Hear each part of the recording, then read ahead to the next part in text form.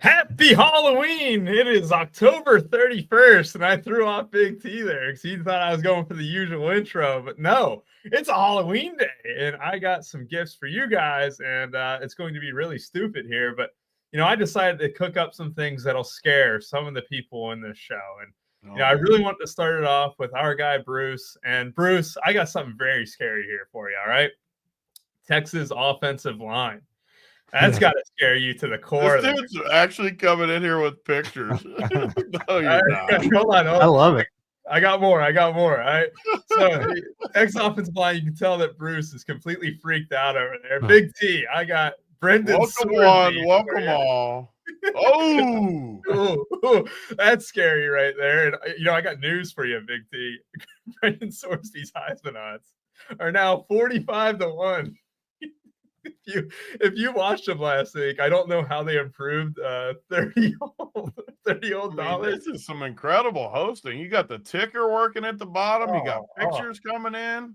Yeah, and don't worry, I'll scare myself. Oh no, it's the SEC and ESPN being in bed with each other. Oh no, that is just sickening. That is so scary. And that SEC bias is just so severe on ESPN's network. Good thing YouTube TV dropped them. All right. Enough of the absolute ridiculous. How does this happen every week too, or every year with the YouTube TV dropping everything and all these things? It's just crazy. Well, if you really wanted to line up the stars, it's a month after ESPN debuted their ESPN Unlimited stuff. Yeah, it's all Disney. I'm going to say that they're the ones at fault, but we got another week of college football action here, and if you can believe it, I mean, it's already week 10. It's actually kind of sad. I mean, I think we only have 4 weeks left of shows. It's kind of coming up fast here. Bruce, what does those shows mean? We don't do bowl shows or what? I mean, consistently every single week. It's been nice to talk to you guys. Bruce, he does every freaking slate. He's a champion. I know. In Game of Thrones, when you got to pick your champion, I'm picking Bruce. I mean, that's 100% true. I mean, Bruce is the first, is the 1-1 of content without a doubt. And, he's got to be absolutely loving life because Texas not only should have lost 2 in a row, they somehow pulled both games out their ass against Kentucky and Mississippi State. Arch Manning goes out for the final play of overtime on the offensive end, and that backup quarterback throws an absolute dot into the end zone there. Bruce, how are you loving life here? Yeah, it was a good game. Yeah, and it was even better when I had Brennan Thompson as my play of the day and also my cash lineup, and scored a couple touchdowns. So it was good. Revenge factor, you said. Yeah, he dragged me over the line, over the cash line for sure. So that felt good. Solid main slate, and then the last couple nights of football have been really really good too. We had our guy Del Rio Wilson or whatever his name is. He was pretty shitty last night, but still had 2 UTSA receivers per team, so they kind of dragged me across the line. So it's good to Alberto Del Rio. Yeah, he was terrible too. God, he was bad. I mean, he was so bad. They got down 7, and I live bet it too because I was like, he's got to be better than this. Spoiler, he was not better than that. Yeah, and they just got destroyed by Coastal, so that was pretty bad. But we have football tonight too, 3-game slate, and I got the playbook up for that. We probably won't go over it here, but it's a solid slate, and then all weekend. Looking forward to it. Looking forward to a great week of football, and probably more prepared for this week than I have been in a while. Kind of a slower week at my other job. It's good to have good football this week. Absolutely. We'll start off November with an absolute bang. Big T. I got to the Blind Squirrel last night. You probably know where that is. It's great food establishment. They didn't have my favorite place in this area. Really? It was your first good take ever. I love the place. All right. And they had Tulane and UTEP on, and they had the UK scrimmage on, and they didn't have the NFL game on anywhere, which I didn't want to watch. To be fair, though, that's like every sports bar. It's painful. Yeah. Their TV selection is always horrendous, like every sports bar.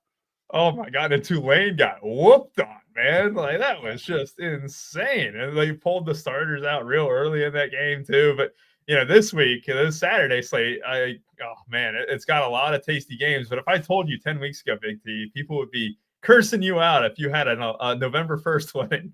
And it turns out none of these games lived up to the hype, though. Penn State, Ohio State, what an absolute dud that is, really. You even got like Georgia and Florida is really not that great, really, when you zoom out and stuff. And then, even like some of the night games, too. This weekend was supposed to be so great, but it's going to kind of flop a little bit. What do you think? Yeah, I seen game day was at a weird spot, too. Where's game day at? Cincy, right? Or somebody weird. No, so since he's in Utah, the 10-15. That's where it's at. That's where it's at. Yeah, really? in Utah. That's where I'm pretty sure that's where it's at because I saw a bunch of the crew out there. So that shows you where I think McAfee was even there or something. I don't freaking know, but it's crazy though how bad the games are this week. You look and some of them are all right fantasy wise. I'm not even talking about that, but just you got some ugly spots out there. Oh, you're exactly right. Why would I ever doubt a Big T take about college game day? I mean, that is something that you'd be an expert on out there in Utah. There, that is actually good stuff. There, we got a lot of games to talk about. UC not on the slate, but again, got to just keep mentioning it. Brandon Sworcy's Heisman. Oh, you're going back to it again. 125-1 2 weeks ago, 75-1 last week, 45-1. The problem is it could be any number when it's not going to hit. Like it. I told Bruce. Are you going to be the guy tweeting about your CLV or whatever people put up there? I told Bruce they'll win this week. He'll be 20-1. You still got no shot. I said the only way they do it is they have to beat Utah. They have to beat BYU. Alabama has to lose. Ohio State has to lose, and so does Indiana. I mean, if it's not Mendoza, Simpson, or Sayan at this rate, you're not freaking getting it. But I got the Bengals to win the division at 20-1. It's as good as tissue paper too, even though the CLV's there. The CLV's going the opposite way there. But I mean, there's no way I win it, but it feels good. I had to bring up my usual UC talk. I do have to start off with one thing, though. All the stuff that we have for college basketball, Boynton and Gav have done a show for each of the Power 5 conferences. It's been great stuff. I watched the SEC one before the show here. College basketball begins November 3rd. Content for every single slate. So if you like college sports, Bruce obviously does a great job. So does Boynton for college basketball. Really elite content from top to bottom for all college sports, and should be another great year ahead of us. UCF and Baylor will be the game that we start off with, and Baylor has been the theme every single week. They are on every damn noon slate, it feels like. I swear they have, outside of like week 1, where they were a night slate on like Friday night, I feel like they've been on every single slate since. UCF, obviously, with Miles Montgomery, could be one of the better running back plays, projects pretty well. Running back was pretty bad last week. This week, it's slightly better. For Baylor, though, I mean, Trigg scored, but really didn't showcase a high floor. You got Turner, who got a lot more work too last week, and that's going to be a little bit of a topic, I imagine, here, Bruce, between Washington and Turner. Sawyer Robertson always projects halfway decent, but this game, I mean, do we continue to hit these Baylor games up with game stacks, Bruce? Yeah, this is a tougher game because a couple of weeks back, Tony was talking about how Clemson kind of quit, and I think Baylor's on the verge of that. They've been really bad. Their coach has been terrible. There's been kind of rumors that they're on the verge of total collapse there, and maybe the coach will be replaced at some point. So it's it's tough to figure out when teams like that once you get late in the year. But one thing with Baylor, they're going to throw the football. Sawyer Robertson averaging 41 passes per game. And has 23 passing touchdowns, and the game's at home, so I can't totally discount their offense. At least their defense has been terrible, so that's why Miles Montgomery is one of the better running back plays on the slate. 14 rushes per game, and he's not going to be crazy owned. He's going to be under 20% more than likely. So I don't think that's a terrible play there. The receivers, you just draw one. Cameron and Trigg, always in play. Going to be lower owned this week, but I don't mind them, especially if you're playing Sawyer Robertson. Taven Jackson's going to start for UCF. Going to be about 10% owned, and he just doesn't provide enough in the run game for me. But I guess he could be a tournament play if you're gonna stack up the game. I just don't love it Michael Turner, I think he's one of the best young running backs in the game. Looks a lot better than Bryson Washington, that's for sure. Played 57% of the snaps last week to Washington's 28%. So maybe they're finally going to him, and he's only 4,800, so I don't mind that, especially for a home game.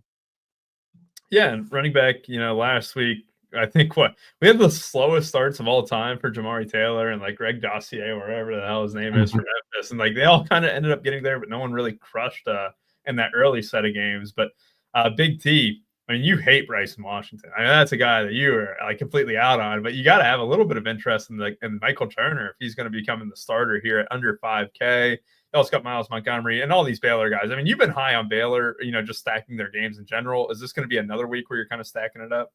God, it's just been so painful. Like Baylor, I cringe when I see them on the slate because they're always in good spots. They got another good spot, and they just suck. Like I've had them so many weeks, and they just have given me absolutely nothing. It's been even the weeks they've like scored good, it didn't like feel good getting there. It's a bad experience. But the minute you get off of them, they're gonna have a week. These prices are crazy good for especially Cameron and Trigg. I mean, just really good price points in the high fives, low sixes, good solid projections. I mean, and they're really not looking to be owned all that much on top of it. So I think everyone's kind of tired with Baylor, but they're still in another great spot.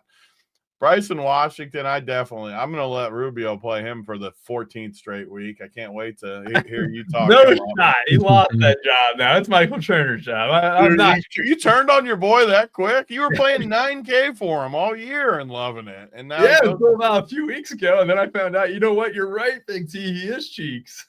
And Turner, I mean, Bruce was on Turner last week, called the Turner play, 4,800. I don't know if I'll get to it just because Bryson still will get some work, but I'd play Turner before I'd play Bryson Washington. I'll tell you that much. I don't know. Again, I haven't built like teams or anything, but I'll still probably play some of the passing game. I mean, maybe I should just play the receivers and not play Sawyer Robertson, but I can't help myself. They're just projected for so many points again.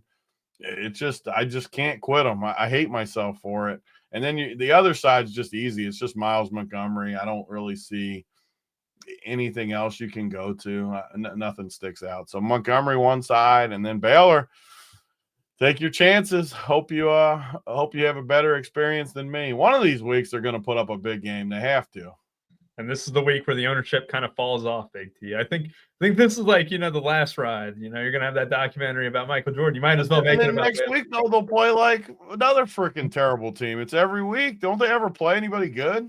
I mean, I wait. It might be. I'm trying to think who it could be next week. Could be hopefully a night slate where they're playing like at BYU or somewhere. We don't have to deal with it on a main slate. Yeah. But we'll get to all these other games here in just a second.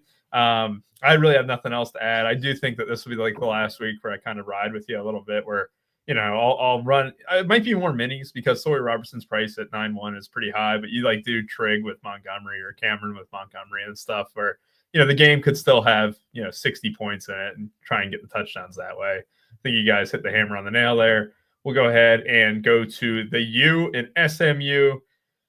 I can't say enough kind things about Malachi Toney, and he's still not priced above 6K. I mean, Bruce, that's just, you were exactly right coming into the season, but every single week he improves. He had a couple big catches last game that didn't go for touchdowns, which I bet his anytime touchdown prop every single time. And I was disappointed last week. The other weeks, they're kind of getting the ball, in the ground game too, like on these jet sweeps, inside the 20, which I think is really good to see. CJ Daniels has stepped up at a nice level too. It's just, is Carson Beck not going to be cheeks this week? And that's ultimately what it comes down to at SMU. SMU being one of the only teams utilizing the injury report to how they should, I think, Bruce, because I looked at DraftKings. I saw a whole bunch of probables. I saw some questionables.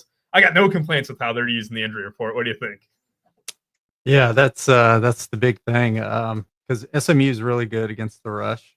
So, if Carson Beck is solid this week, he can have a huge game. Just needs to be more accurate and get the ball to Toney, get the ball to CJ Daniels. I thought Tony Johnson has been playing really well. Cincinnati transfer. He's 3,100 this week.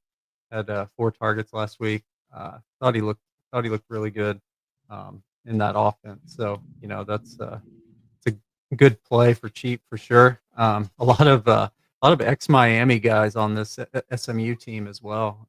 You have CJ Johnson, who's listed on the injury report as questionable. You have Romello Brinson, also a receiver, who's 4,800. He's probable. So, if he goes, he's a solid little revenge in a revenge spot there. But Malachi Toney, like you mentioned, playing against his own, should get open here and have a big game. CJ Daniels as well. Jordan Hudson as well for SMU, 4,200. He's got 20 targets the last 2 weeks. I know he's very injury prone, but he's stayed healthy most of the year here. And, especially if they're in a trailing script, I think he's a solid play. I don't want to play any of the Miami backs just because they're kind of all healthy, Lyle, Brown, and Fletcher. So it's just tough to get those right. But I don't mind Beck at 6,700, with his receivers. It's kind of cheap. And, against the zone, against a good defense that's good at stopping the run, I think that's a solid play in tournaments for sure. Yeah, without a doubt there. And, this, Miami defense has been a little bit troublesome here, Big T. Like, I don't know. I guess it comes from the game from Louisville, where Louisville was able to move the ball all over them on that, in the beginning part of the game, especially with Chris Bell. So maybe like targeting, like, Bruce said, Jordan Hudson's pretty cheap and stuff too at 4,200. Is this game that you can stack up? Yeah. I mean, I struggle with the SMU side. We loved them last year. They treated me good last year. I just don't love what they're doing on offense. And the Miami side does stick out. And it's another guy like Beck. I've always just hated him. I just don't love. He's had one big game all year versus South Florida, another 25 versus Florida State. But the other games have all been just horrendous, like beyond bad for college. But this spot just profiles nice because of the price points. I mean, he's 6,700. That's a significant price break from some of the other spots. And then you got reliable options in the 5Ks with him. Malachi Toney has to be one of the best plays on the slate. Just an easy play for a stud. CJ Daniels, obviously, like Bruce said, another good pivot off, or you can just double stack it. Feels like they should be able to have their way. And then the SMU side, I mean, Jordan Hudson, like Bruce said, tons of targets. I just don't feel good about SMU. His price point is great. His floor is great. I don't know, though. I don't love how I feel about SMU right now. Yeah, I mean, it makes sense there. And kind of going further into it, Bruce, you send out all the information before the slate to us, and you see SMU's pass defense, especially the pass defense explosive rate, right? Where it's not the worst on the slate, but it's pretty much down there at 1.5. Like in comparison, you got like Ohio State's like 1.11 or whatever, and it's something crazy like that. So you're kind of an above average, if not good spot for like these Miami wide receivers. And Big T, like you said, with Beck, you got a very clear double stack if you want it, right? And Beck is cheap enough. Toney and Daniels combined for 12K. So you're spending 18.7K for a stack where, I mean, the only downside, it does feel like Miami really wants to establish it, and they are losing hope in Carson Beck. But if you were to look at it just from, if they score 4 touchdowns and it's all through the air, I mean, you start looking at numbers that could be nuked for Daniels and Toney at pretty much a very inexpensive tag, honestly, when you got a quarterback who's only 6,700. So, and then the only problem too, like with college, is I just feel like you need a upside. I guess it's just as simple as that. I was trying to figure a more elegant. I can't speak today. Elegant approach. Like, I feel like they're safe. Like, Beck's safe, but is he ever like just going for 40 plus on SMU? Which at his price point, you don't need that much. The floor might be even good at that price point, but I just feel like he's got to do so much more than other guys. Like he just has to. He needs so much to go his way. Yeah, my only argument against that is quarterback this week is slightly weaker than most, right? So it's like, his projection could be, kind of low. What would you have it at, Bruce? Like what? God, it's actually 22. And he's like the cheapest guy by far in that range. You got 7,800 Pavia, who's going to be pretty popular. Kid Klubnik could be, decently owned, but it's like it's not like you're missing out on an absolute smash play like recent weeks, right? So that would be the argument for it. But I 100% see what you're saying. He's been horrible. I mean, like you said in chat, Bruce, he's been cheeks the last 2 weeks. So that's kind of what you're gambling on there. Is can Beck actually perform at a high level? And the answer could be no. Did you guys see the spread on Vandy and Texas? This one surprised me, but after looking at it further, I kind of hate Vandy. You're a Vandy hater like none other. So, okay, you know what? What do you think the spread is, Big T? Did you look at it yet? I mean, I've looked at it for the thing, and Bruce said the sheet of stuff when I look, but I could not. What did you think it would be? First of all, I thought Vandy would be favored. I thought Vandy on the road. You thought Vandy would be favored? I thought they would be you do think my boy Pavia is going to win the Heisman? Oh, get the hell out of here! I don't put that words in my mouth.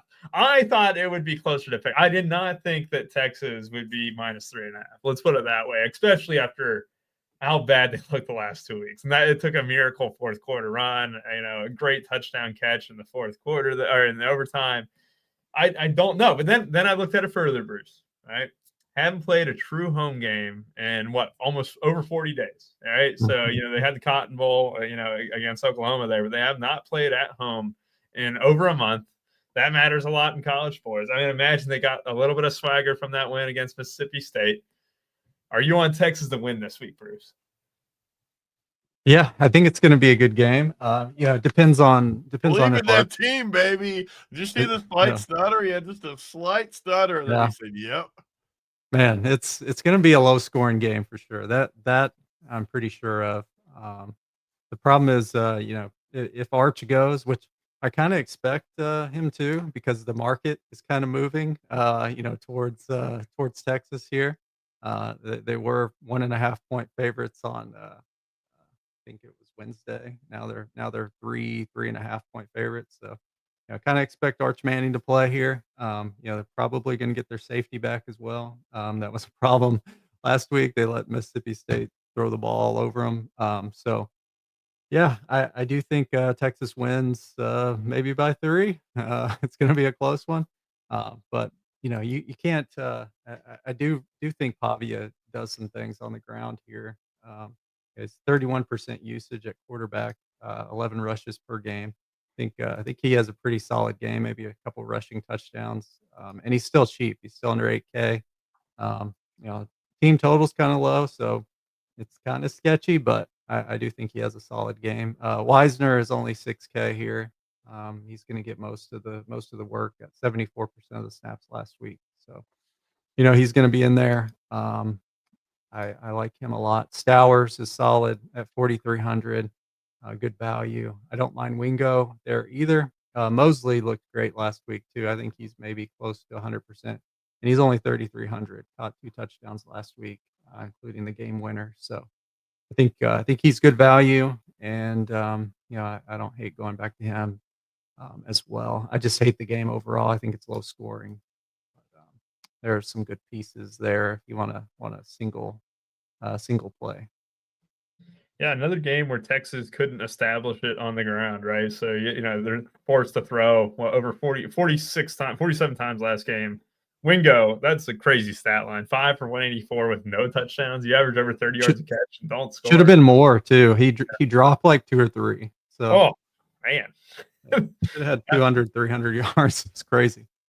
Man, no kidding at all there. And Big T, I mean, this does feel like a gross spot overall. Pavia's ownership is low. It's a lot to do with the game environment, like you said, Bruce, right? Like you have him at 10%, which seems pretty much right. But, it's the fact that he can do it all with his legs. You don't need to stack him. Big T, is this game that you're kind of low on overall as well? Yeah, you have to be low. And Texas, I'm pretty sure I think I've been right on their games every game. I might be missing one where something happened versus those bad teams, but I was on them when they took down Oklahoma. I think Vandy gets them though. Vandy matches up good with Texas. This might be Texas's swan song or whatever you call it, where they're finally officially eliminated from like everything. They only have 2 losses, right? Mm-hmm. Yep. Yeah, I think this might be the Pavia is going to be doing the old Heisman sign again as he runs in on Rubio. Although Rubio somehow respects him now after he's earned the respect after a few weeks. Well, So no, nothing I fantasy disrespect wise though. Texas. I disrespect Texas. I don't respect Pavia. There's a complete difference there, Big T. Yeah, I am off this game fantasy wise though. Makes sense. I just, I mean, maybe being at home will give them their swagger back. But it sounds like you're going to be on You said the Mississippi State game. I mean, what happened with your boys, Bruce? We can't be getting swagged up versus Mississippi State. They were letting Arch get hit every single drop back. It's so hard to watch. I don't know how people can watch games where the line play is just so bad. Trust me, as Bengal fans, yes, it gets old. It gets old when you can't keep a guy upright. Yeah, it's hard. It's hard to watch, man. Finally, he got destroyed at the end of the game, and got concussed. But yeah, it's tough to watch. I don't know how people do it. College football, especially too. Like when it really goes wrong in college, it's uglier than almost anything. Like it's just some games you're just like, there's literally no way we're scoring a point today. Like you just know it's not happening. You can tell right away. That's what's even more shocking, that they scored 45 and the end all be all against Mississippi State. Yeah, I mean, it's interesting. I don't really have anything else to add about the game. You guys summed it up perfectly. And we'll move on to Penn State taking on Ohio State. This is like Penn State's last stand. And I don't mean that to make the playoff, but like this is the last thing that this team has to look forward to this year. Drew Aller obviously being out. They're going with a guy who has a great name, Grunkmeyer. I mean, what a great name at quarterback spot. An extremely high projection of 8, which is just great stuff there. You're having a lot of talent that's just, kind of being wasted, like Trevor Pena and stuff. And, Nicholas Singleton, Katron Allen. I think Allen's been, head and shoulders above him this year. As far as the Ohio State side goes, Saying is spinning the rock, man. He just looks good out there. And, he trusts his wide receivers. You don't really need him to be, mobile at all, which, I mean, this is what the Ohio State offense needed. Will Howard did a great job of that last year, but this year it's just another thing where they're just clicking right now. And Carnell Tate was the one who really got going early a couple weeks ago. Ohio State coming off a bye. Don't expect him to have any trouble with this game, but overall, it's just like, how many points can Penn State keep up with? And is Ohio State still throwing the rock in the fourth quarter? Bruce, what are your thoughts? Yeah, this game looks pretty gross. I think Ohio State wins something like maybe 31-7 or something like that. This Grunkemeyer, his passing prop is at 131.5, so can't really expect too much there. He hasn't looked great, so I just expect Ohio State. They haven't looked great on offense either this season, so maybe the bye week has helped a little bit. I do like Bo Jackson here maybe to score a time or two. I think he's looked the best of the Ohio State running backs for sure. And then you can't discount what Carnell Tate and Jeremiah Smith have done so far this season. So I don't mind those guys in tournaments are going to be under 15% owned as well. So especially Tate at 5,600. Guys look really good this season and has a 24% target share last 4 games too. So yeah, mostly staying away. But don't mind a couple little pieces here in a lower scoring game.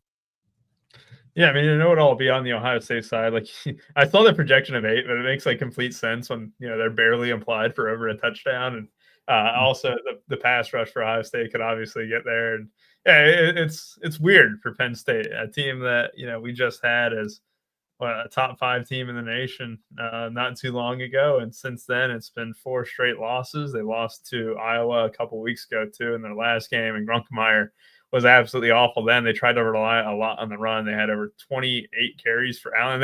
I think that should be noted too. Like, not that this matters, but like maybe the next time Penn State's on a slate is that Allen is just a clear workhorse now. 28 carries to Singleton's 6 last game, which, I mean, that's good to see. I really do think Singleton is underwhelming completely. I think he had a lot of hype coming in, and this season it's been a clear gulf in talent.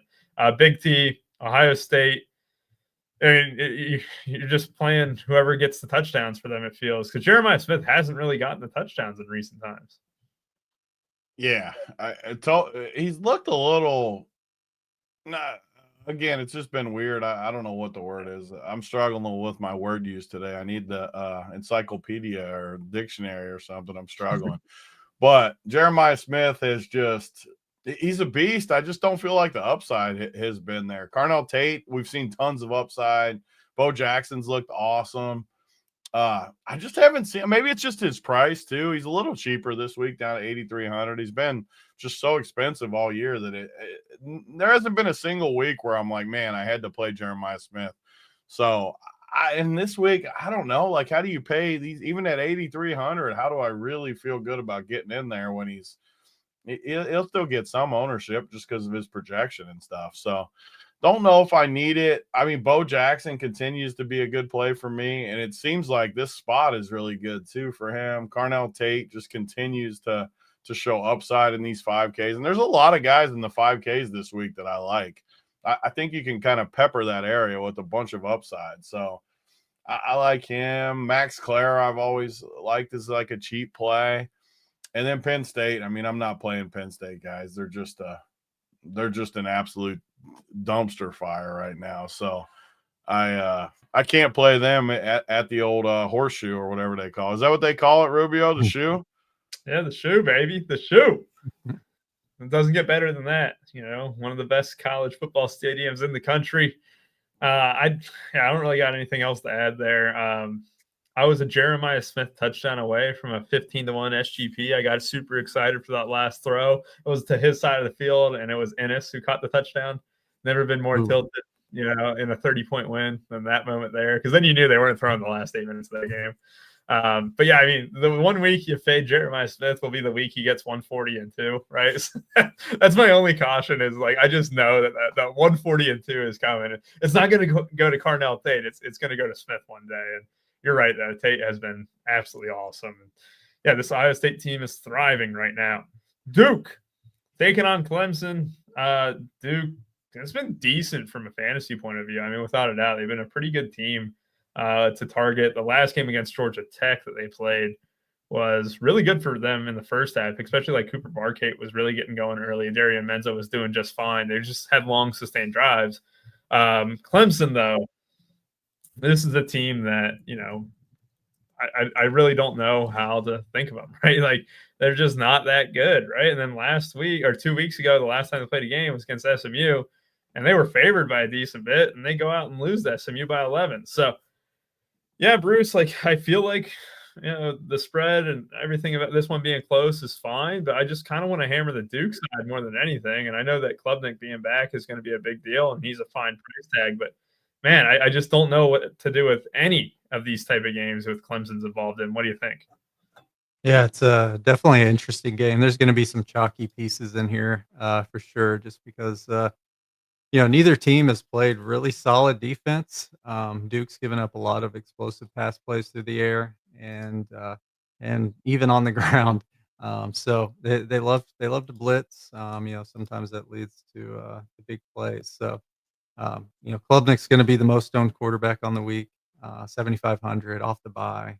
He's probable tomorrow. They're also without Bryant Westco for the year. So, you know, Antonio Williams and TJ Moore are solid receiver plays since he's missing all that volume. Tristan Smith, I believe, should take you know, most of his targets, and he's 3K. Already filled out the playbook, and he's in the 3K shitter column as well. I think he's a solid punt for sure. Barkate, you mentioned, 16 targets in their last game, and then Kayshawn Brown only got 5. You know, he's more of the big play guy as well. And Samir Hagan's also at 3,200. You know, if you're playing a lot of guys from this game, I think he kind of goes overlooked sometimes. But he has 5 touchdowns on the year, kind of a sneakier play. Adam Randall and Nate Shepard are both good plays. Running back wise, both get most of the carries for each team. I especially like Randall here. He's going to go overlooked with Klubnik getting a lot of the ownership, and he's he's a good back. Mensa is going to be decently owned as well.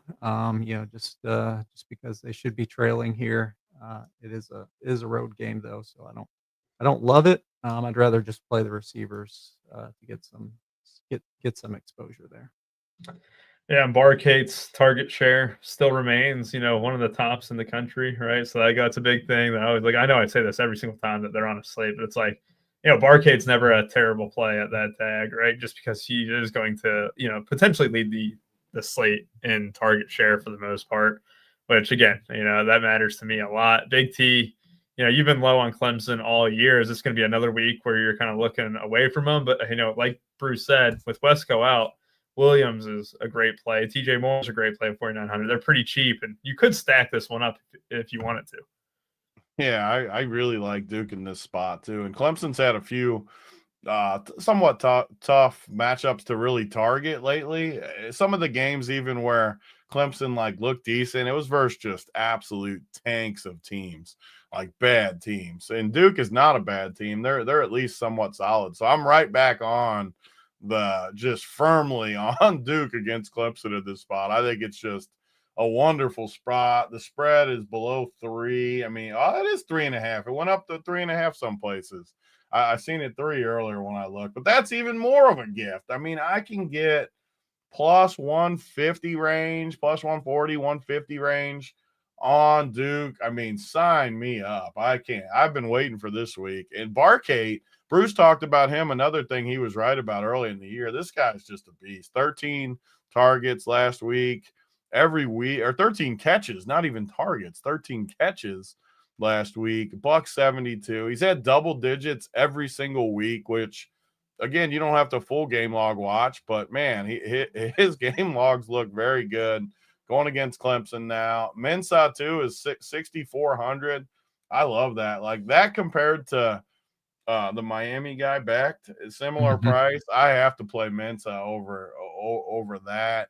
But it is kind of an interesting, similar to the Miami spot where you just have guys you can just play. I mean, Keyshawn Brown, what did you call him, Bruce? Queso or something? Yeah, that's his nickname, Queso. Yeah, Queso. I can play Queso and Barcate. I just love it. Even the cheaper guys, honestly, like Hagens, Castle, who's somewhat cheap of a running back.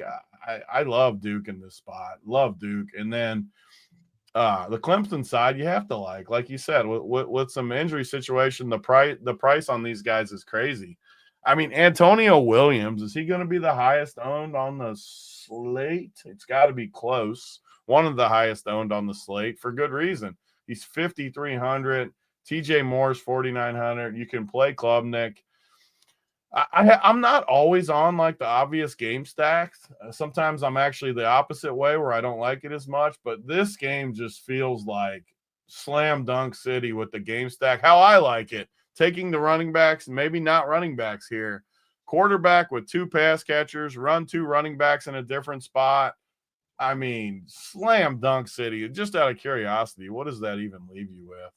So if we stack this thing up, let's just look, because I have a feeling it's going to look really good. So you play Klubnik, you play Mensa. By the way, the DraftKings thing, I'm pretty sure when I said it was slow every week, it's got to be because there's a million players. See how much quicker you are? It's so slow but it's just college football. When you were making fun of me last week, Rubio, every other sport works good. I think it's because there's so many players. It's delayed again on there. It's just so freaking slow. But what's the answer? What's my answer? 5,000? Yeah, you get 16-3 left open because Keyshawn Brown's 3,900. So you can play whatever running backs you want, basically. I get 60. Man, if only it was 6,700, 6,700, then we would really be talking. But 16. So I mean, that's just. There's a decent chance that ends up being my core right there. So after Jeremiah Love, what is it? My whole team's going to be on the screen, though, is the problem here. The core, they're going to have the whole puppy on there. It was just so logical to click play. Man, that looked tasty in there. I mean, it's hard to argue against that. We all love Kate Fallick on this show. He likes targeting spots with very clear pass volume for his top, for his quarterback, right? it's very clear that, Cade Klubnik's going to be throwing to those two main guys, right? And you can throw in the 3K guy. What was it, Tristan Smith, you said? And then with Duke, it's usually Barkett. Hagan, but same difference. Yeah.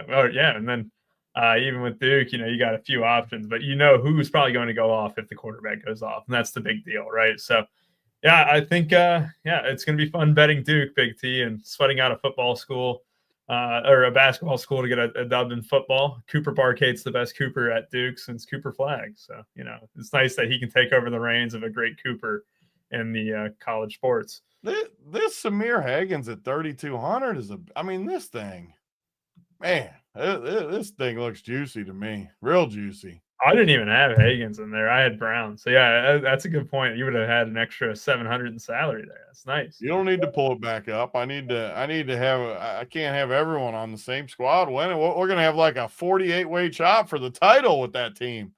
We are. But we got to first get through all these games here. And Bruce, this one is injury riddled for Arizona State. They dropped a game last week. It was against Houston. They just kind of got beat down.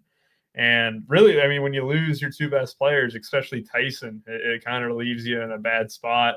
This offense with Jeff Sims leading the way is going to be pretty awful. And I'll be honest, Bruce, even against Iowa State's defense, and I don't want to have any Arizona State pieces unless it's for Leek Brown, who's okay. And then on the Iowa State side of the ball, you got Becht, but God, who the hell do you stack him with? And is Abu Sama and Hansen worthy of a 6'4" and 5.2K price tag? I don't know, Bruce. Seems gross overall. What do you think? Yeah, it's I kind of like the ISU side here. I don't think Arizona State's going to be very good in this spot, and it's at Iowa State as well. So Abu Sama is actually questionable for this. So if he doesn't go, I don't mind Carson Hansen. I think he smashed last week. Only got 45% of the snaps, but he felt like he scored like 30. I could be wrong there, but every time I looked up, he was scoring. So he could do that for sure. It's a good spot for him, especially if Sama's out. So just something to keep an eye on. He's only 6,400. I hate playing him when Sama's in, so it could be a decent play. But yeah, if you look at Arizona State, man, they're missing just about everybody. One of their best defensive linemen is questionable as well. One of their starting DBs is going to miss the first half because of targeting. And then just a bunch of guys. It fills up the whole screen just about. So I do like Iowa State here to roll. I don't mind Becht just because he runs a little bit. He has 7 rushing touchdowns this year, and he's cheap, 7,600.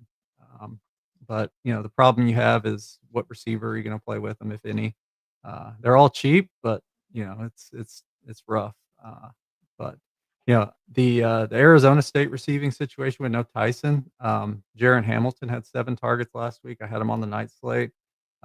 Just didn't work out for me. He just 7 targets but no production.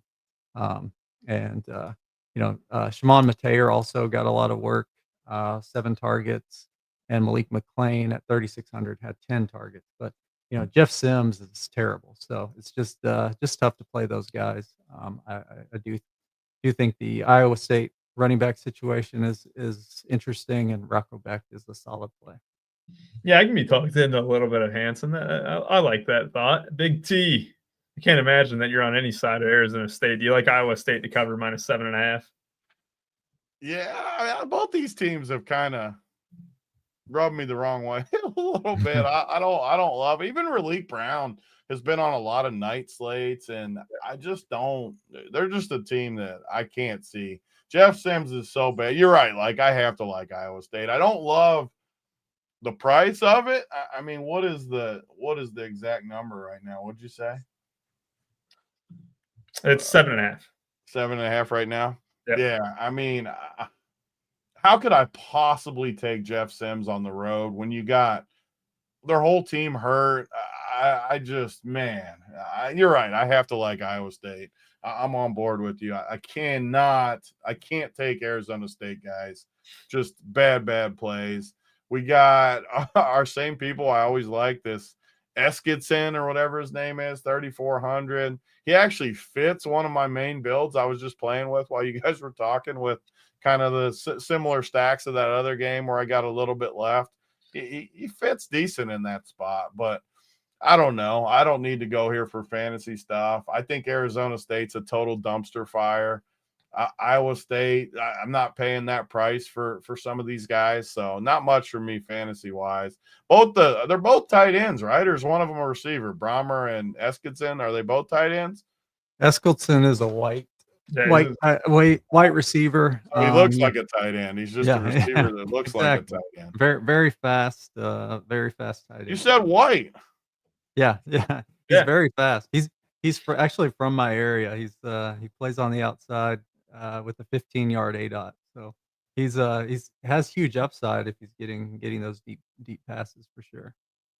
It's funny because against UC, Bruce, they were using it in like a little bit around the line of scrimmage, it felt. And I felt like again, I only watched a couple of games, and that was the UC and the Kansas State one, but it felt like he was just a scat slot white guy that you just become accustomed to, like Jordan Shipley or some shit. I didn't expect him to be fast with an ADOT like that. So I'll have to be looking out for those down the field throws for him. But yeah, 3,400.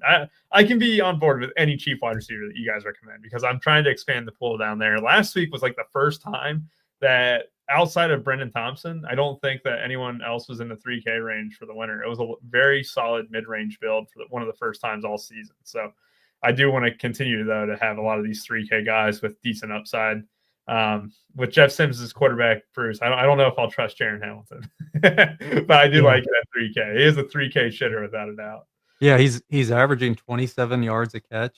And I was all over him last week, and man, just didn't come through. But he is 3K, so not a terrible punt. Well, it just takes a few catches at that point to really put up a monster score. So I'll leave him in the pool out of respect for our guy Bruce here. Louisville, Virginia Tech. Chris Bell has been a machine, man. Isaac Brown had a big game last time out too. And this Louisville team, despite dropping the game against Virginia a few weeks ago, they're starting to look very much better and better as the weeks go on. Miller Moss, 8,600 is very, very hefty for a guy with limited rushing upside for the most part, but you do have a great wide receiver to pair him with. Drones on a week-to-week basis has been good. 8,200, you're not going to catch me, complaining about that. Aiden Green has won the battle of the greens between him and Donovan. Bruce, I am probably going to be starting out my lineup by clicking Chris Bell. Ooh, that was a terrible alliteration there. But Chris Bell is probably going to be one of the first guys, 7,600.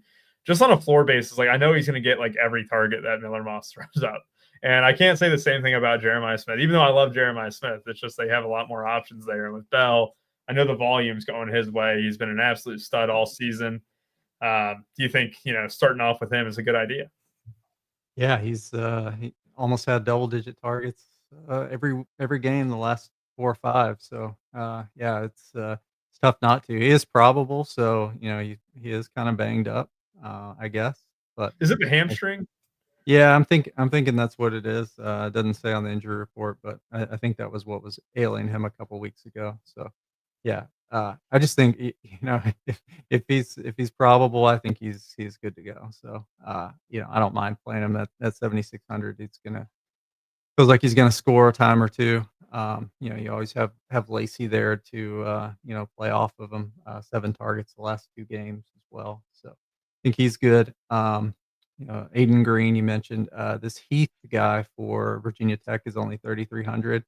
Caught 2 touchdowns last week out of the slot and had 8 targets. I think he's coming on at the end of the year, 27% target share last 4 games. So I think he's a good play for almost min price. Isaac Brown, you mentioned 7,400 with no Duke Watson again. So it should just be him and Keywan Brown there.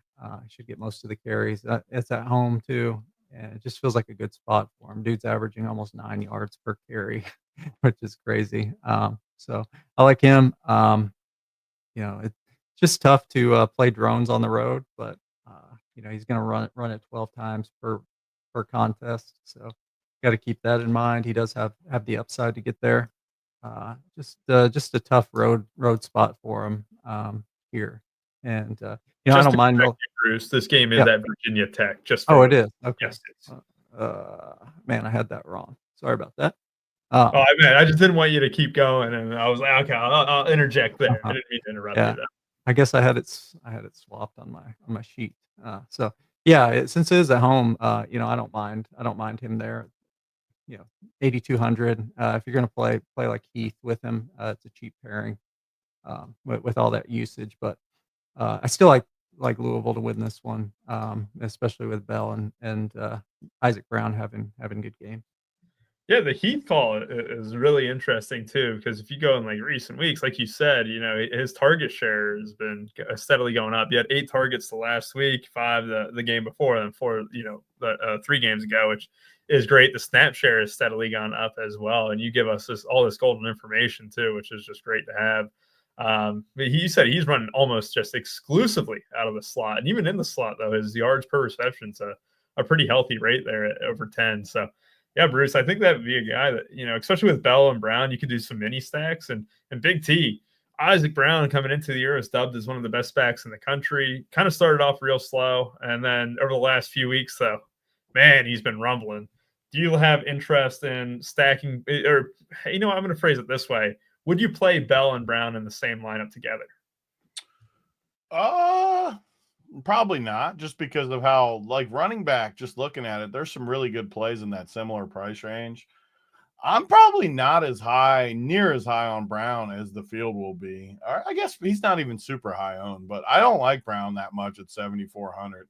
Those guys in that same price range, like Love and Taylor, mainly Love and Taylor, I think are just significantly better plays than Isaac Brown. So I will kind of go there unless I go 3. But another reason I don't want to is how much I like Chris Bell and Lacey.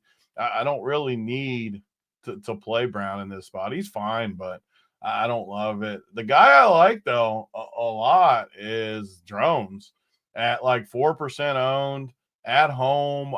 I think Louisville's defense is decent, but Drones has upside on this slate where we have a lot of quarterbacks that maybe don't. I mean, let me pull up just the quarterbacks real quick.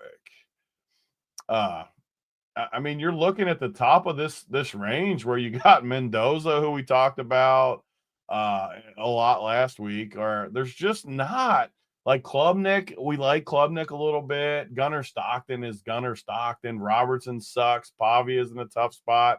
Arch is in a tough spot. You go down this list and there's not upside. So what do I want on an upside week? One is like the game stack, Klubnik and Mensah and stuff like that, I think works good. But a guy like Drones, who's low owned, low key has the same upside of like our Georgia Tech boy that just keeps crushing. He's like the similar to, look at the graph. I mean, that's what I needed. The pie chart to really show what I'm talking about there. Look at the little sliver of a 60 piece up there. Just a little sliver to show that upside. That's 0%. That's 0%, Big T. That's fine. It's probably like 0.2. It's probably like 0.2 or 0.1. Yeah, you're right. You're right. Yeah, don't be discounting that, Rubio. You got to get all the way up in there. You got to hit the back of the wall, Rubio. You know that. I mean, you can't guide it. You got to get to the finish line there. I broke the graph. I think Drones. I've missed on I'm always honest. I've missed on my like random plays of the day the last 2 or 3 weeks. They've been horrible. But Drones, I think has potential this week where there's clear-cut receivers, there's clear-cut running backs. Quarterback, though, I'm a little shaky at the quarterback this week. I think Drones, I like him a ton, especially if you're playing some of these Louisville guys. And the best part is what you guys said. This 3,300 dude, whatever his freaking name was, what's his name? Heath Barr, like the dude from Green Bay, Heath. 3,300 with all those targets. Sign me up for that. I love it. I feel really good about this stack. Yeah, I would have thought you would have dug deeper in your bag than Malik Heath. That's casual talk. I thought you were going to go to Heath Miller or something like that from the Pittsburgh. Oh, Heath Miller. I don't like the Heath Miller though. Yeah, as a Bengals fan, I hate Heath Miller. All my homies hate Heath Miller. All my homies. All the homies. Oh God! You know what? Put it into perspective too. 137 yards on the ground for drones last week. 167 for Hawkins, which Cal's defense is absolutely horrible. Right? I'm not going to sit there and defend them, but Louisville's defense a little bit better. However, it just shows that 21 carries for drones, 2 touchdowns on the ground, 3 touchdowns through the air. You're exactly right, Big T. This is a chance to get him at very low ownership for the most part. I'm with you guys. I like that you guys talked about this game. I'll have some Heath drone stacks without a doubt, and then run it back with Bell or Brown. It's a nice game. It's a game I can get behind. We'll move on to our favorite, Notre Dame, taking on Boston College. Jeremiah Love, once again, will be pretty chalky, as always. 9K is not high enough, I don't think. I think he's very easy to get to on this slate. CJ Carr is fine, but really it's going to be a one-way street, right, Bruce? It's just, Notre Dame stacks, you got Boston College in that same mix, but it's like, why play a Boston College guy on the slate? What are your thoughts, Bruce? Yeah, that's it's tough to play anyone else other than Love with how bad Boston College has been. Maybe they've quit on Bob already. They look horrible last few games, and they don't know who they're starting at quarterback yet between Lonergan and James. So it's just a bad spot for them here, and I think Notre Dame just rolls. Is on the road this time at Boston College, but I think Love has a big game. Running on this defense, it's given up almost 25 points per game. 2 running backs. Defensive line looks pretty bad as well. So I do like Love. I don't mind playing Price in tournaments as well because he has that same kind of upside for cheaper, 6,600. I think he's a solid play. It's an interesting tournament play for sure. At no ownership, he's going to be like 5%. And then you can always one-off one of these receivers. It's just tough to find the one that's going to do it. But they're all cheap. They're all under 5K. Faison, Pauling, Fields, all those guys are cheap. If you're playing one of the BC receivers, like Bond or whatever coming back, I don't mind Chudzinski also. I think his dad's like a coach or something. I was reading about him earlier this week. He's 3K. If you're playing like a cheap guy, he was on my 3K shitter list as well. I think he's a stud tight end there. He's had 6 targets last week, 8 like 2 weeks ago. He looks pretty good, especially in a trailing script. Bruce, I'm so happy that my initial reaction was Cleveland Browns head coach, because that's what Chudzinski was for a brief period of time. He was the Cleveland Browns head coach in 2013, and he was the associate head coach and offense coordinator for the Indianapolis Colts for a little bit there too. My ball knowledge did reach back 13 years there, Big T. You got to be proud of that. It's not outdated for me. If you went back to 2005, 2006, might have been outdated. I got the Chudzinski call right, and he is with Boston College. He played with my dad at Notre Dame, didn't he? Chudzinski? He said, at Notre Dame. It was a good job. I took the joke too far. You did good, Rubio. I'm proud of you. You do get out of here. Get out of here. Go ahead and play your Faison. Tell me why you're interested in Faison below 5K here.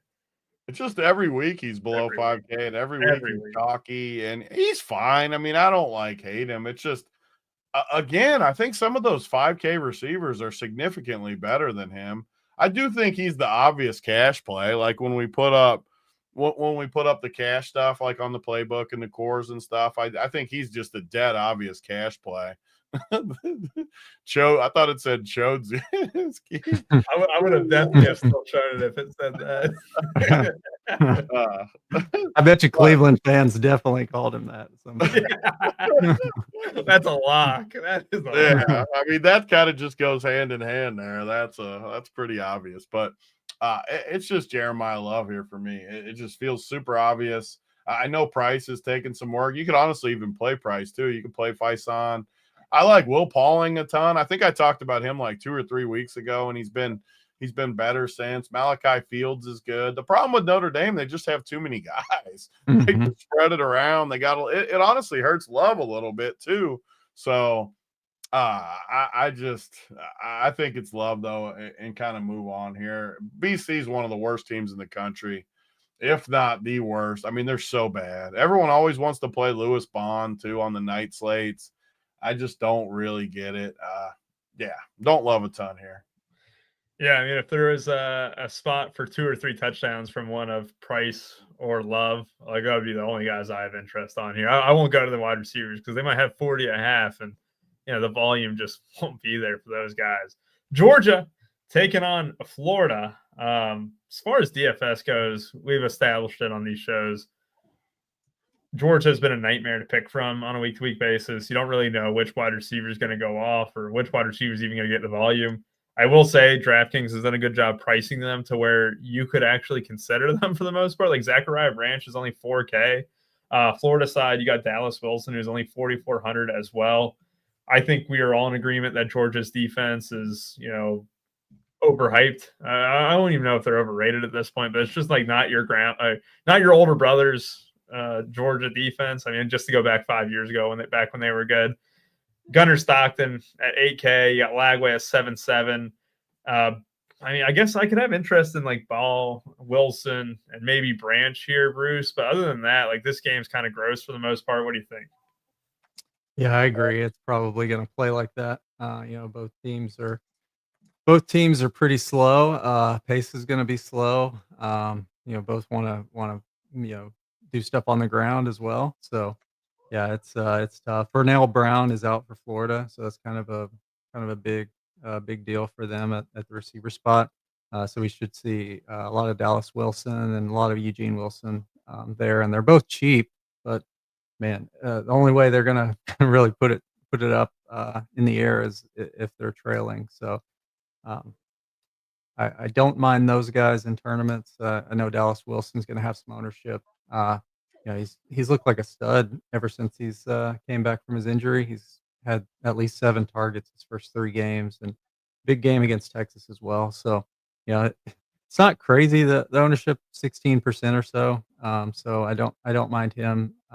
Eugene Wilson also, like I mentioned, Zachariah Branch you mentioned, still cheap, 26% target share last 4 games. So upside is there, but that ADOT is still hovering around 3 yards. That's tough. And Baugh isn't bad. With the backup running back out still.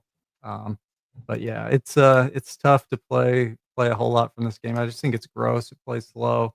Colby Young is also out for Georgia, broke his leg. So maybe that's more for Branch. But yeah, it's just gross.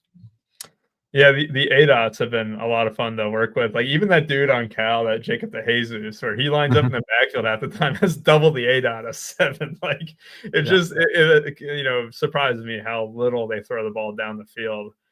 Big T, I can't imagine that you would stack this one up, but some one-off pieces could be in play for you. Who are they? Yeah, I mean, Georgia games are always going to be somewhat tough. Zachariah Branch, our boy, just keeps staring at me every week at 4K, just tempting me to play. But they're another team that just has so many people, and I don't see it. At Florida makes it even tougher. Florida's a solid team. And Bo, or how you say his name, Bo, or how you say it? Bo? I want to hear Rubio. This is a Euro pronunciation here. That ain't no Euro. That ain't no Euro. Get out of here. EAUGH is up your alley. Like that's a pronunciation you should have mastered. Ball. Ball? Ball. With an L? No, it's no L. It's just ball. Ball? I don't know. I'm probably pronouncing it way wrong. It's my Kentucky accent shining through.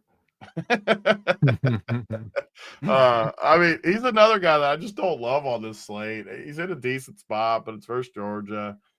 I don't know. One guy that I think is pretty sneaky though is Eugene. How many guys in the low 3Ks this week are decent plays? Yeah, I think Eugene Wilson is like really, really.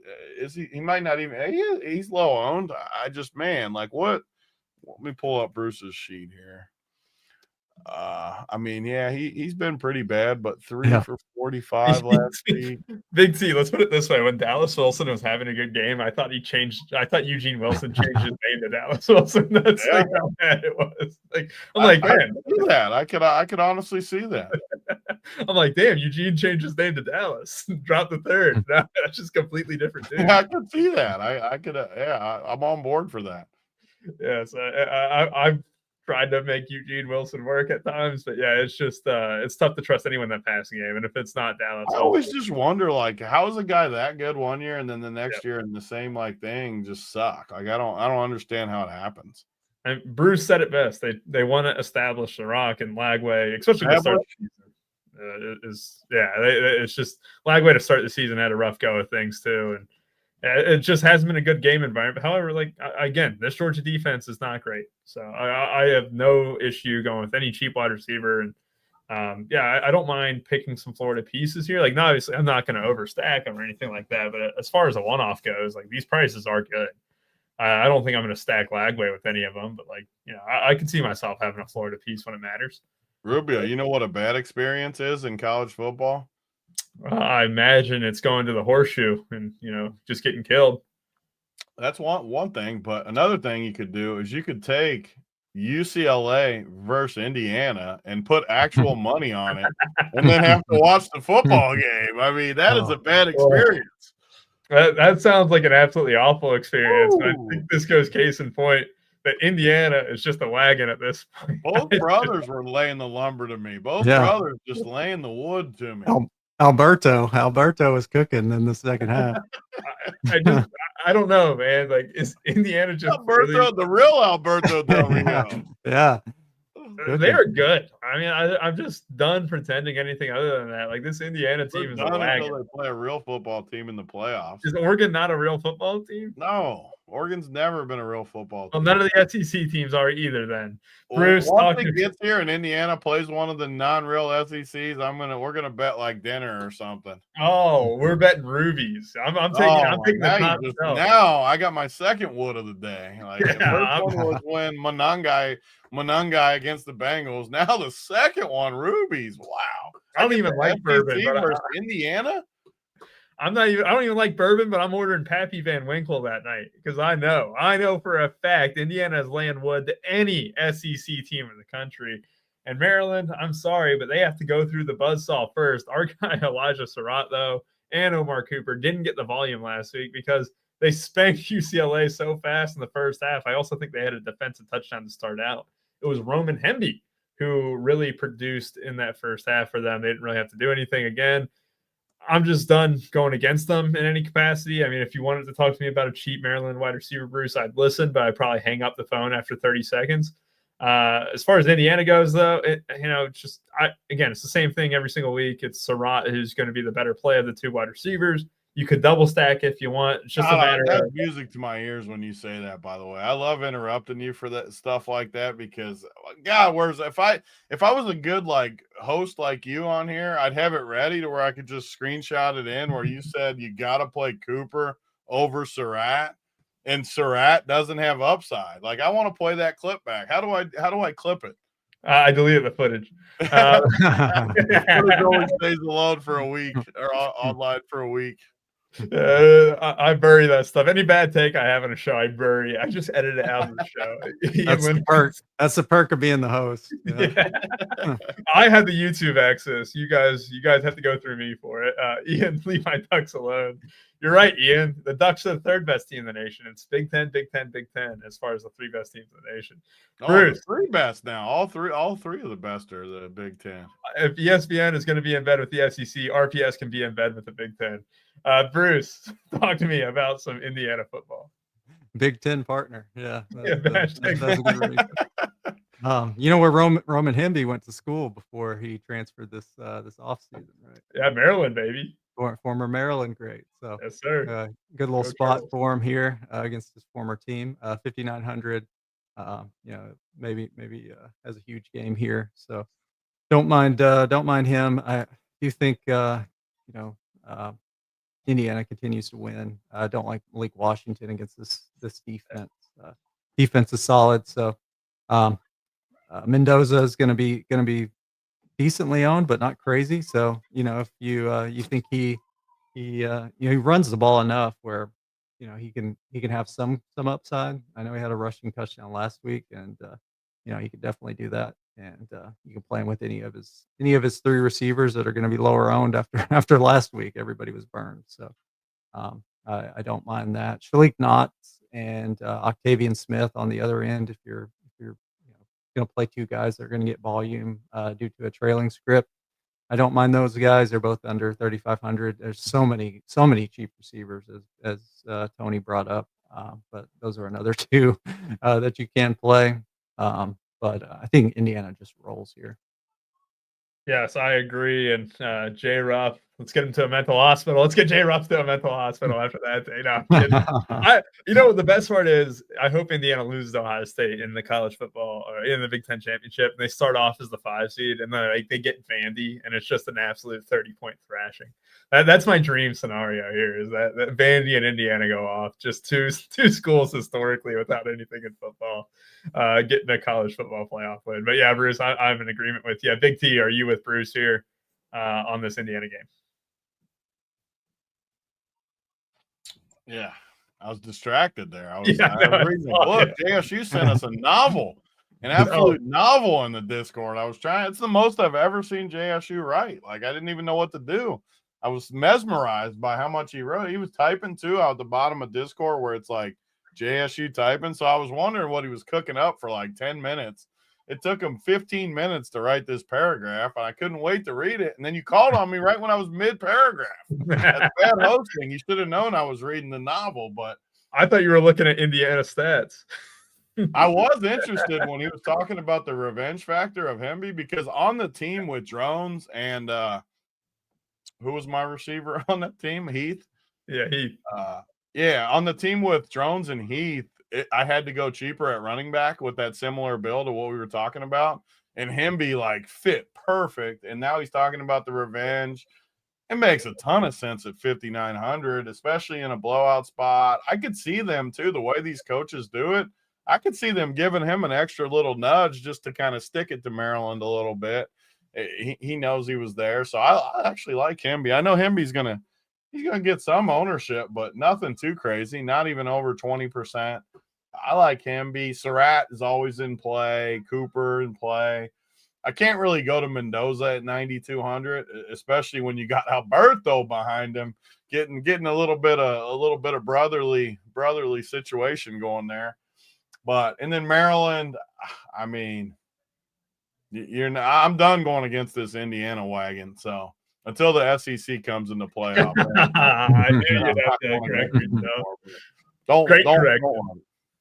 Great correction. I don't have anything to add about this. Indiana's an absolute wagon. They're gonna absolutely shove until the Big Ten championship, and that's when things will get spicy, without a doubt. Texas Tech got Morton back, quarterback here at 6,600. You got Dickey, you got Jacoby Williams, arguably the one of the top tandems in college football to this point here. It just feels like every single week, Dickey and Williams, you got to make your choice if you're playing one of them. Dickey, obviously, way more expensive on DraftKings. And then on the Kansas State side, you got Jace Brown, who I believe he caught a touchdown last week, if I'm not mistaken. I believe he had a long one as well.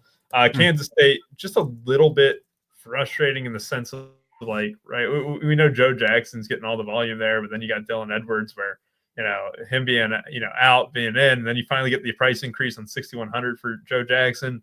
Doesn't leave you a whole lot of room to really be excited about Jackson. Even Brown's like 5K too. It kind of, it's okay in the 5K range, but there's a lot of good 5K options on this slate. Bruce, it feels like in this game, I'm kind of being slightly under on it. I know I'm kind of doing it with, a slightly depreciating tone. But I could be convinced onto Dickey or Williams, especially at the ownership that Dickey's at, right? Like 6% for a guy who could get 2 touchdowns. I don't know, Bruce. Should I be excited about this one? Yeah, I think Avery Johnson has been good like the past couple of weeks, but I think Texas Tech's defense is just too tough here. I think Texas Tech probably wins by a couple touchdowns, but it could be lower scoring for sure. Just looking at the stats here, Texas Tech should be able to run the football. So, I do like the running backs here, Jacoby Williams and Dickey. I think last time we played Jacoby Williams, Dickey went crazy. But I think Jacoby Williams looked good last week against Oklahoma State. Let's see. Yeah, he had three receptions for 60 yards and a touchdown, which is what he can do. He doesn't necessarily need to do it on the ground, so I think that makes him more attractive to DFS players. He's only 5,300 as well, so I think he's solid. It's just hard for me to play Joe Jackson. I know they're going to give him volume, but Texas Tech has been so good against the ground game, only giving up 10 DraftKings points per game to opposing running backs. So just tough to play those guys. Jace Brown, it was just a great matchup for him last week. We loved him against Kansas and their pass defense. This is a much tougher matchup here. I don't like him as much. Caleb Douglas is solid. Getting over 8 targets the last 4 games, only 5,500. It's just tough to play a Texas Tech receiver. It could go to anybody. Terrence Carter, Virgil, Eakin, any of those guys are in play. Jaron Bradley at 3,100 for Kansas State's not bad. It's a revenge spot for him as he's a former Texas Tech receiver. But mostly, I think it's Jacoby Williams for me at 5,300. I think he's a solid play. But other than that, I think this game's pretty slow. Yeah, I'm with you, Bruce. I mean, Kansas State won 42-17 against Kansas. They're Big T, and they did a lot of that. And they just kind of kicked ass to start, and they kicked ass to finish. And does that get you a little bit higher on them against this Texas Tech team to potentially steal this one and give Texas Tech their second Big 12 loss after they dropped one to Arizona State a few weeks ago? God, they were so bad too in that game. That was another game that I was just wrong on. I just kept live betting it, and it was just a dumpster fire of a game. Honestly, it was just I just felt like I was wrong the whole way, and it was just painful.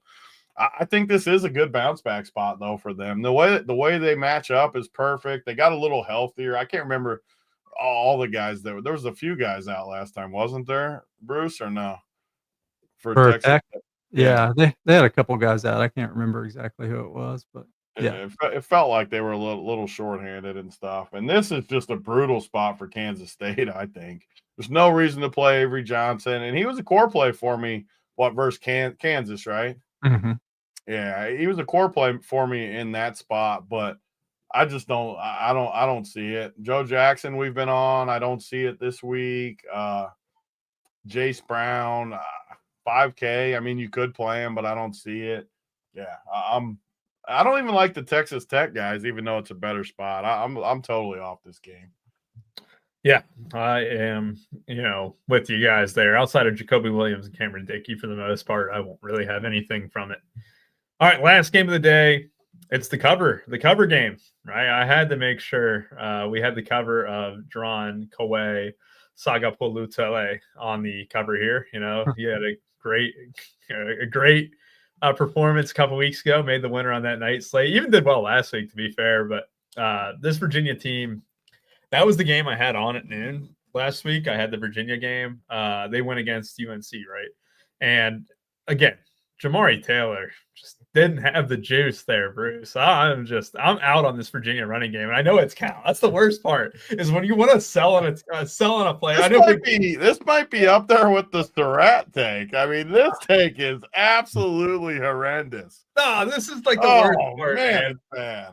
I wanted to come in fading Jamari Taylor. God, I so really bad. do. It's so terrible. I'm going to cower like a little puppy with this tail between its legs. I'm going to probably cave because this Cal defense is horrendous. But this Virginia team can't run the ball, man. They just can't. They're frustrated. You do this. You say that. But they haven't been able to run the ball for weeks. They put up 17 against UNC. Jamari Taylor, for the third straight week, gets 21 carries and can't hit the 80-yard mark. Just don't delete this footage, please, before next week. I'll be here at 6:30 tomorrow and delete that footage. He's going to get his second touchdown of the half, and I'm going to be in here deleting the video. I'm going to be out of this. But that's the thing for me. It's just I want to fade Jamari Taylor, but this spot is it's elite.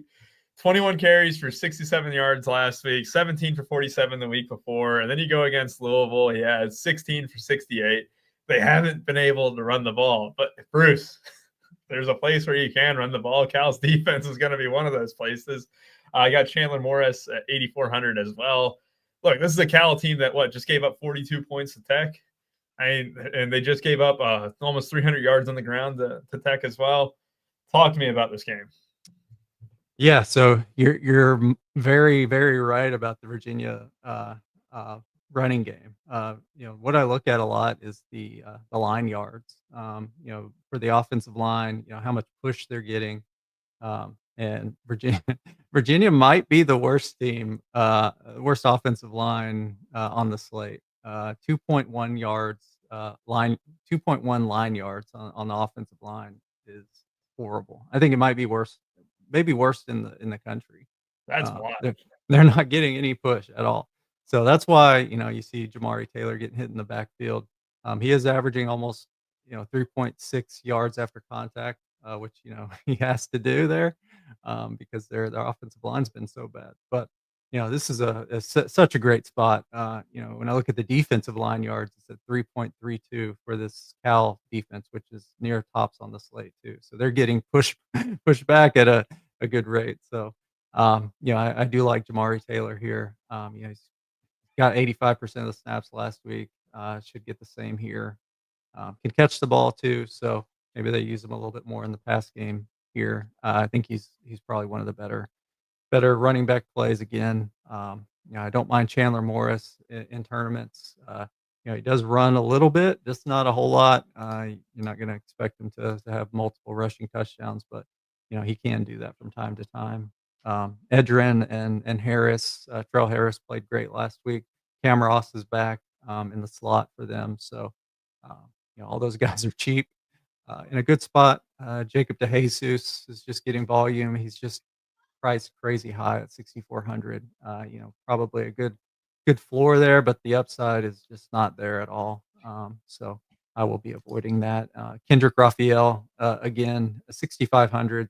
Dude's getting all the volume with both the backups out again. LJ Johnson and Brandon High are both sitting, so should get all the work there, and the matchup is good too. It's he might even be a better play, with his receiving upside there too. So I think he's a great play, and people are kind of going to overlook him a little bit with Jamari Taylor in this game too. Yeah, that makes me feel better about that Jamari Taylor take. I appreciate that. I something is off about it. He was hitting the backfield a ton last game. I was thinking against UNC, and yeah, it's an unstoppable object meets an immovable force. Which team is going to be more ass when it comes to getting the run games going or stopping it? I know Big T's sitting there with a smirk on his head, like he's jamming in Jamari Taylor. He's got the mega mind right now. Well, I got the bicycle mind here going on. And, I mean, he's the easiest play on the whole board for sure. Like he's I'm out. Absolutely.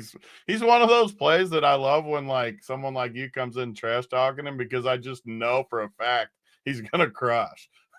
So like it's the best when you're arguing beforehand when you're right. Like those are the best arguments. So it's I mean, he's gonna just smash.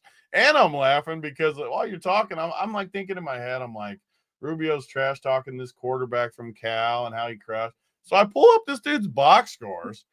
He hasn't cracked 17 in 6 weeks. When was the week that this dude crushed? It was 2 weeks ago. He was in the winner on the Friday night slate. He was in the winner. When he had 17 points is what you're trash talking me? Yes, sir. He was in the winner. I mean, oh my God, this guy's so bad. But this Raphael dude has been actually really good. He's been a stud. Really good. So I think he's some of the ownership sometimes I feel like I get too chalky because I felt like he was going to be sneaky, but he's going to be owned too, just looking at ownership. So I think he's a good play. DeJesus is okay. He's just more, like I said, the 5K receivers this week just feel really good to me. A lot of those guys. And if I go up, it's going to be for guys like Bell in different spots like that. So I'm not going to play a Cal receiver. I get it for sure, but I don't like it. Even this mini dude, 4,200, has a decent projection. I don't like him either, though. For me, it's just the running backs, but both sides, running back in this game, I love it. So watching Mini 2 weeks ago, and Bruce Is he like a little guy? Is Mini tight end? He's a tight end. And 2 weeks ago, you could have told me he either had food poisoning the night before, had some bad sushi, or he was hammered on the field because he had like 4 drops, I swear. But he does get a lot of those like lower ADOT targets, and it kind of interferes with Jacob DeJesus, right, Bruce? Like Jacob DeJesus had a huge first half last week, and then it was Mini who took over in the second half where they don't play the same role at all. Jacob DeJesus can line up anywhere from the slot to the backfield and stuff, but Mini does take up a lot of those underneath throws, which, 4,200 is not terrible, but like DeJesus, like that game against UNC, he absolutely went off. So, if they do drop back 40 times, like that, I can be sold on him at 6,400 because we just saw him get 30 against UNC, but it would take a lot of volume to get there. He's not going to do it on like the Chase Brown stat line of 4 for 160 and 2, right? Like it's going to take like 10 catches, 100 yards, and then maybe 2 touchdowns, or you just kind of get lucky in the red zone. You trash talked me for 2 weeks about 17 points. I'm still processing it. I didn't know what he got that night because I had him backed and he was horrible or whatever. I had who'd I have? I had you probably had Eget or something like that. No, Beck. I had Beck was who it was. Oh, Carson Beck, yeah. He was horrendous. So I didn't even look at what your guy did, but you were chirping me like, oh, he crushed, brought the hammer, and then I freaking looked 17 points. Yeah, when it's a 3-game slate, I can victory lap a low score. Yeah, without a doubt. He was on the winner. I never said anything other than that. I always just said he was on the winner. That's all I said. Is he little? Is Mini little? That's good. All right, it's time to get into our plays of the day here. Happy Halloween to everyone who celebrates. We got the Halloween trick-or-treaters coming out in less than an hour and a half. So we gotta sign off here rather quickly. But Bruce, you should put DraftKings prop bets in your kids' things. That's such a good idea. That's such a good idea. Just a little card that says what is a Sunday? What's a good Sunday? Like my boy Manangai overs. Tell your dad Manangai overs. The best part is so this is my first year as a homeowner, right? Where I get to pass out the candy. And so I spent $76 at Costco or $79 at Costco on candy. And you didn't get as much as you used to. Trust me, what I bought, and it's expensive now. If you would have told me that, I would have rather have done 50-cent prop bet. Yeah. That would be outrageous how expensive candy is. Yeah. Parents would fight me if I did that. Without a doubt. They're not going to know. You just put it in there, and when they get home, they see it. They don't know who it came from. You might get some members. It might be a way to get some new members into Russ. Put your promo code in there. Yeah. That would be too much. Without a doubt. Put a copy of the playbook, the Saturday playbook, in there, just to see what they do. All right. Well, it's time to get into our plays. My God, look at your backdrop now. You got it all going today. Look at that. Rubio is deep in his bag today, Bruce. The worst part is I told Bruce beforehand. I said I'm gonna get him. I'm gonna get him. I'm gonna change the background right when he starts talking, and I completely forgot to do that. Bruce, give me your play of the day, your Halloween special. Look how happy you are with these backdrops. They look fantastic. I love it. Man, play of the day is tough. I'm gonna go with TJ Moore here. I think he has a big game. He's not gonna be crazy owned, barely double digits there. But I think he has a huge game here. TJ Moore with no Bryant Wesco. I love it. Big T, who's your play of the day? Your Halloween special play of the day. Your trick or your treat? I love that the Duke team we talked about. So I got to go with Barkate. He's just Cooper Barkate, just an absolute beast. I have to take him. 5,700 is just crazy price point to me. He just sticks off the page, but love it. 50% off your first payment. It would be classic if we put those in the baskets and they got home. Oh my God. Sam's had $12 for 4 pounds of candy. No, thanks for telling me. You're trying to stir the pot. I was at Sam's. They wasn't that cheap. I went to Costco. I thought I was getting the special there. They're not cheap anywhere. It was probably the bad candy. 12. Yeah. Is it old people candy like Werther's Originals and shit? Tootsie Rolls. Yeah. Like you got to get some good candy in there. Tootsie Rolls. We hitting on Tootsie Rolls. Oh my God, you would love Tootsie Rolls. Tootsie Pop's kind of guy. I can go for that. Oh, Tootsie Roll. I can see you liking the little sucker in your mouth. I can see that. Whoa.